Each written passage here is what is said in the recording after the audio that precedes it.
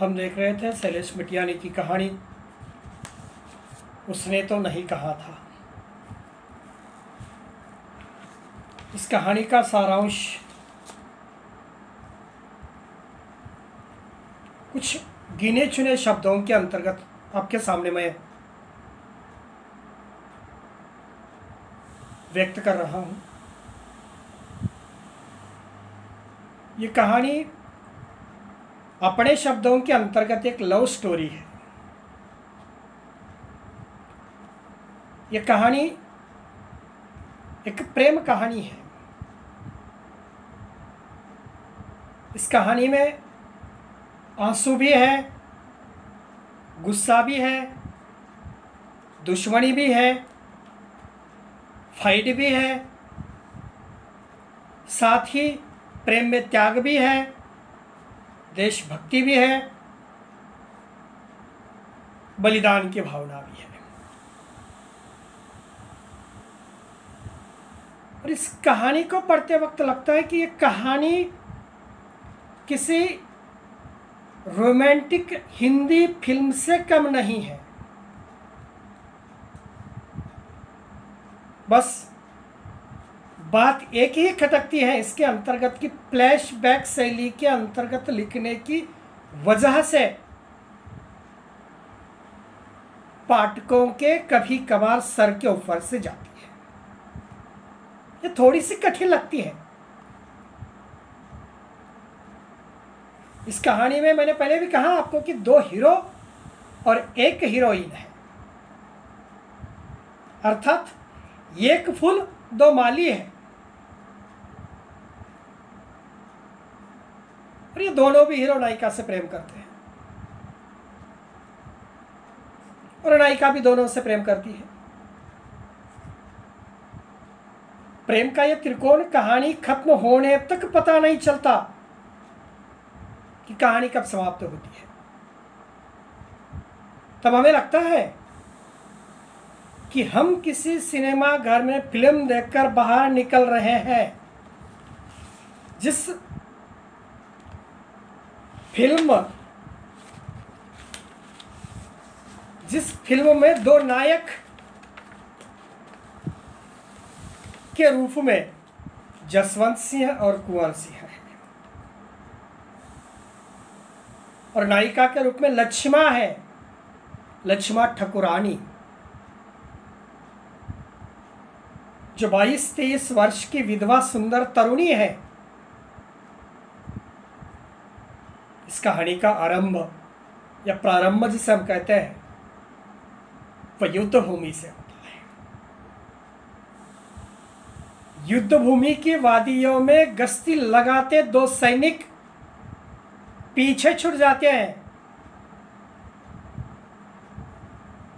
उस भीड़ में से 2 सैनिक पीछे छूट जाते हैं गश्त में से, वादियों में से। दुश्मनों की गोलियां चल रही हैं,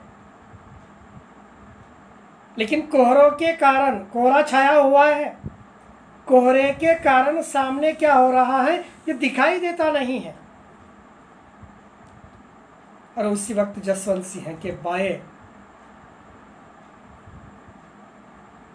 बाह में गोली लगती है। वह कुंवर सिंह दुश्मनों को मारता हुआ जसवंत सिंह को बचा लेता है और मूर्छित अवस्था में अपनी प्रेमिका की याद उसे आती है। प्रेमिका ने लक्ष्मा की याद आती है। यहां पर कहानी फ्लैशबैक शैली के अंतर्गत अर्थात पूर्व दीप्ति शैली के अंतर्गत पीछे जाती है, क्योंकि उसी जगह पर यानी कुंवर सिंह और जसवंत सिंह जिस जगह पर सैन्य के भीड़ में से पीछे छूट जाते हैं, उसी वक्त कोहरे की वजह से उन्हें कोई दिखाई देता नहीं है। गोली जसवंत सिंह के बाएं हाथ को लगती है या बाह को लगती है और बाएं बाह को लगते ही शायद वही कि उसकी देखभाल या जान बचाने का काम कुंवर सिंह करता है। तो कुंवर सिंह ये काम करते वक्त उसे ने जसवंत सिंह को अपनी प्रेमिका की याद आती है बिलाई गांव के मंदिर के पास से। गांव का नाम बिलाई। बिलाई गांव के एक मंदिर से बुर्खा पहनकर कोई लड़की बाहर जा रही है और ये दोनों वहीं पे बैठे हैं। ये दोनों ने जसवंत सिंह और कुंवर सिंह। लड़की बाहर जा रही है, देख रहे हैं ये लड़की तो मुसलमानी नहीं है, किंतु वो बुर्का पहन कर क्यों आई है। सैन्य का दिमाग ठहरा, सिपाही का दिमाग ठहरा, और सिपाही का ये दिमाग शायद उस लड़की को देखता है, नजदीक जाता है, बीबी के रूप में, बहन के रूप में उसे बुलाता है। ने दोनों अर्थ में वे दोनों उसकी ओर देखते हैं। लेकिन उसके सौंदर्य को देखकर दोनों भी, कुंवर सिंह और जसवंत सिंह,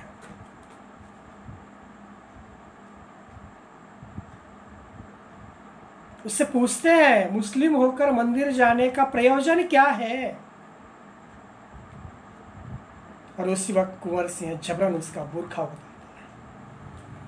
तब वो कहती है कि मैं मुसलमानी नहीं हूं, ठकुरानी हूं, लक्ष्मा ठकुरानी।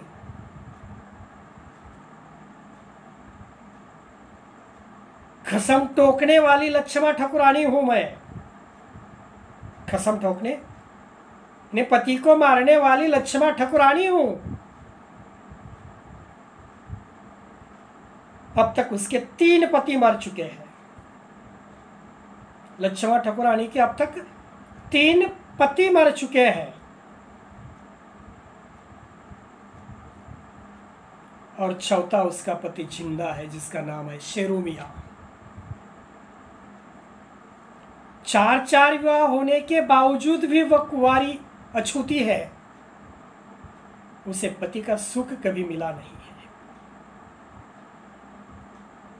जसवंत सिंह और कुंवर सिंह दोनों भी उसके सौंदर्य को देखकर उसके प्रेम में पड़ जाते हैं और उसी क्षण के अंतर्गत लक्ष्मा भी उन दोनों के प्रेम में पड़ जाती है। तब लगता है उसे वे 2 पहाड़ों की तरह है और वो उन दोनों पहाड़ों के बीच में बहने वाली नदी की तरह बहने लगी है। कुंवर सिंह उसे पूछता है, क्यों ठाकुरानी, तेरा ब्याह हुआ कि नहीं? तब पता चलता है कपड़े और रंगीन चूड़ियां बेचने वाले दर्जी शेरू मियां से उसने शादी कर ली। तब कुंवर सिंह को गुस्सा आता है कि तू हिंदू ठकुरानी ठाकुर होकर मुस्लिम के साथ शादी तूने क्यों की है। इस प्रकार से उसे गुस्सा आ जाता है और उसे जबरन अपने साथ लेकर शेरू तक पहुंच जाता है। लेकिन शेरू कुंवर सिंह से डरकर उसके पास आता नहीं है।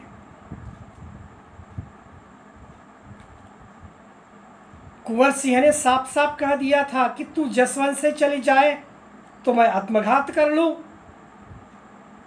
और मेरे घर रहती है तो उसकी हत्या कर दूंगा। दोनों भी उसके साथ विवाह करना चाहते हैं किंतु कुंवर सिंह उसी वक्त फौज में जाता है और 1 साल बाद जब वो घर लौटता है तब वो देखता है लक्ष्मा और जसवंत सिंह ने ब्याह कर लिया है। जब लक्ष्मा और जसवंत सिंह का ब्याह हो जाता है तो यहीं से 2 दोस्तों के अंतर्गत दुश्मनी होती है। 2 दोस्त कुंवर सिंह और जसवंत सिंह, दोनों में दुश्मनी हो जाती है। दोनों एक दूसरे के खून के प्यासे बन जाते हैं। 2 दोस्त अब जानी दुश्मन बन जाते हैं। ऐसे में आगे चलकर जसवंत सिंह भी फौज में चला जाता है। फिर से यह कहानी फ्लैशबैक शैली में आती है, नहीं युद्ध भूमि के अंतर्गत आ जाती है। फिर से 2 दिन और 2 रातें, 48 घंटे, 2 दिन और 2 रातें जसवंत सिंह खटिया पर लेटा है। खटिया यानी खाट, चारपाही जिसे हम कहते हैं, उस पर लेटा है और कुंवर सिंह उसकी जान की देखभाल करके उसे बचाता है। इसे देखकर जसवंत सिंह को लगता है कि लक्ष्मण ने तो नहीं कहा था इसे मेरी जान बचाने के लिए। कुंवर सिंह तब तक उसकी मन की बात को समझ लेता है। मैं तेरी हत्या करना नहीं चाहता था, मगर मैं दुश्मनों के हाथों से मरते देखकर तटस्थ तो नहीं रह सकता था। यही वाक्य इस कहानी के अंतर्गत ग्रेट है कि मैं तेरी हत्या तो नहीं कर सकता था और तेरी मौत दुश्मनों के हाथ से भी मैं देख नहीं सकता था। मेरी आत्मा ने यहां पे जरूर दो बातें की है। तू और मैं दोनों एक फौज के दो सिपाही हैं। दोनों की रक्षा की जिम्मेदारी हमारी है। जो सैकड़ों मीलों के फासले पार के भिलाई गांव तक फैली गई है, कुंवर सिंह उसे मरने नहीं देता, क्योंकि वह मर गया तो लक्ष्मण को लगेगा कि वह भी मर जाएगी। प्रेम में व्यक्ति हमेशा प्रेमी को खुश देखना चाहता है, इसीलिए वह प्रेम का बलिदान देकर त्याग का संदेश देता है। कुंवर चाहता तो जसवंत को वह मरने के लिए भी छोड़ दे सकता था, उसे उसकी हत्या करने की भी जरूरत नहीं थी। उसके मार्ग की बाधा जो थी, वह उसके मार्ग की बाधा बड़ी आसानी से समाप्त हो जाती थी या दूर हो सकती थी। इस प्रकार इस कहानी में प्रेम त्रिकोण से होते हुए त्याग देशभक्ति तक पहुंचकर, त्याग देशभक्ति से पहुंचकर अपने उदात्त होने का संदेश देती है। इस प्रकार की कुछ शब्दों के अंतर्गत की मूल संवेदना इस कहानी की यहाँ पे समाप्त होती है।